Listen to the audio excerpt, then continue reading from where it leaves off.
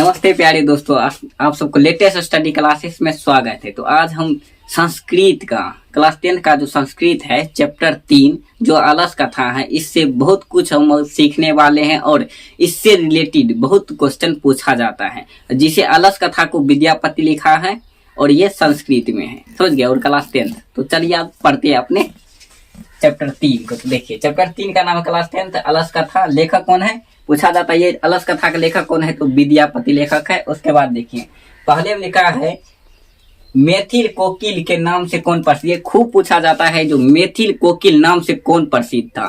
तो कौन प्रसिद्ध था, तो इसका लेखक कौन है विद्यापति, तो विद्यापति प्रसिद्ध था, समझ गए।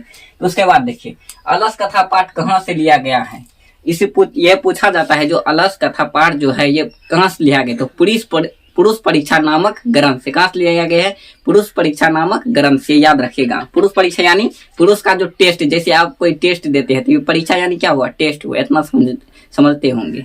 उसके बाद देखिए उसके बाद है मिथिला का मंत्री कौन था। ये भी पूछा जाता है खूब, जो मिथिला का मंत्री कौन था, तो मिथिला का मंत्री कौन था, विदेश्वर। कौन था, विदेश्वर। उसके बाद देखिए उसके बाद है मनुष्य को नष्ट कर देता है। तो आप ही बताइए मनुष्य को क्या नष्ट कर देता है। मनुष्य को आलस नष्ट कर देता है, क्योंकि अभी जो 10th क्लास है, इस 10th क्लास में जो पूरा लगन के साथ पढ़ता है वो क्या होता है, वो टॉपर बनता है। और क्या होता है, टॉपर बनता है। लेकिन जो पूरा लगन से नहीं पढ़ता है उसको क्या, उसको कम मार्क आ जाता है। तो वो क्या हो गया, आलस के कारण हो छोड़ देते, आज नहीं पढ़ते हैं, कल पढ़ेंगे, और परसों पढ़ लेंगे। ऐसे करते करते दिन जाता है बीते, जब परीक्षा आता है तब टेंशन होता है, समझ गए। तो इसीलिए आलस नहीं करना है, अभी से पूरा सेंसिटिव होकर पढ़ना, यानी डिसिप्लिन रहना है, डिसिप्लिन में पढ़ना है, समझ गए। तो वही बात इसमें बताया गया है। तो ये भी पूछा, तो चलिए अब यहाँ पढ़ते हैं। ये तो बता दिए। उसके बाद देखिए मनुष्य को कौन नष्ट करता है, आलस। ये याद रखिए, कौन नष्ट करता है, आलस।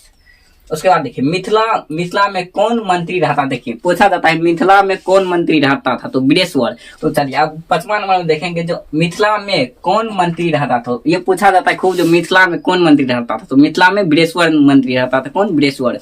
उसके बाद देखिए आलसियों को कौन अन्न और वस्त्र देता था। ये पूछा जाएगा खूब, आलसियों का कौन अन्न और वस्त्र देता था। तो इसका लेखक कौन है, तो विद्यापति। और इसको क्या था, विदेश्वर। क्या था, विदेश्वर नाम का मंत्री था, ये याद रखिएगा।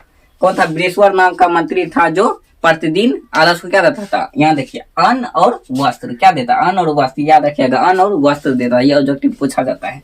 उसके बाद देखिए आलसियों पुरुष कितने थे। देखिए पूछा जाएगा आलसी पुरुष कितने थे, तो आलसी पुरुष 4 हो जाए। कितना हो जाएगा, आलसी पुरुष 4। उसके बाद देखिए मैथिल कवि कौन था। देखिए पूछा जाएगा मैथिल कवि कौन था, तो मैथिल कवि कौन था ये बताए थे, मैथिल कोकिल प्रसिद्ध कौन है, विद्यापति। तो क्या हो जाएगा, इसका हो जाएगा विद्यापति, समझ गए, याद रखिएगा। उसके बाद देखिए अलस कथा किस प्रकार की कथा है। ये पूछा जाता है अलस कथा किस प्रकार की कथा है। तो यहाँ देखिए व्यंग्यात्मक। क्या है, व्यंग्यात्मक कथा है। क्या है, व्यंग्यात्मक। ये पूछा जाता है जो अलस कथा ये क्या है, तो व्यंग्यात्मक कथा है। उसके बाद देखिए अलस पाठ के लेखक कौन था, तो अलस पाठ का लेखक कौन था, लेखक तो विद्यापति हो जाएगा। क्या हो जाएगा, तो हम शुरू में बता दिए कौन आ जाएगा, विद्यापति। उसके बाद देखिए अलसशाला में आग क्यों लगाई गई थी। अब ये पूछा जाता है अलसशाला में आग क्यों लगाई गई थी, तो अलसशाला में आप ही बताइए टेस्ट क्यों लिया जाता है, जो विद्यार्थी को जांच करने के लिए, जो उसका कितना है क्षमता, जो कितना मार्क आन सकता है। तो वही यहाँ देखिए, यहाँ आग इसलिए लगाई गई क्योंकि आलसियों की परीक्षा ली गई थी। क्या होती, आलसी के परीक्षा लेने के लिए, जो कितना आलसी नकली है और कितना असली आलसी है, क्योंकि बहुत धूर्त लोग भी चला गया था इसके लोग, क्योंकि वहां अन्न और वस्त्र मिलता था और साथ में सब कुछ फ्री था उसके लिए। उसके बाद देखिए अलस कथा पाठ में किस महत्व का वर्णन किया गया। ये पूछा जाता है अलस कथा पाठ में किस के महत्व का वर्णन किया गया। तो क्या हो जाएगा, मनुष्य गुण के, किसके, मनुष्य गुण का वर्णन किया गया है। उसके बाद देखिए उसके बाद गरीब और अनाथों को प्रतिदिन कौन भोजन कराता था। तो पूछा जाए गरीब और अनाथों को प्रतिदिन कौन भोजन कराता था, तो विदेश्वर भोजन कराता। कौन, विदेश्वर। उसके बाद देखिए उसके बाद है दयावान के बिना किसकी प्राप्ति नहीं होती। ये पूछा जाता है जो दयावान के बिना किसकी प्राप्ति नहीं होती। तो क्या हो जाएगा, आलसियों की। क्या हो जाएगा, आलसियों की, समझ गए। ये पूछा, यानी ये जो आलसी है ना, दयावान पर ही निर्भर कौन है, आलसी निर्भर है दयावान पर ही। अगर दयावान इस पर दया नहीं करेगा तो आलसी क्या हो जाएगा, आलसी मर जाएगा। आलसी समझते हैं ना, जो कोनो काम नहीं करता या भर ना सोयल रहता है, समझ गए। तो ये हम आशा करते हैं कि आप ये चैप्टर समझ गए होते। इसका एक पार्ट और आएगा, उसमें भी पार्ट में बताएंगे इम्पोर्टेंट कौन कौन सी से पूछा जाता है। ये जितना जो पढ़ाए ना सीधे ऑब्जेक्टिव में लड़ेगा, सीधे ऑब्जेक्टिव में लड़ेगा, ये तो 100% बात है, इसमें लड़ता है ऑब्जेक्टिव, समझ गए।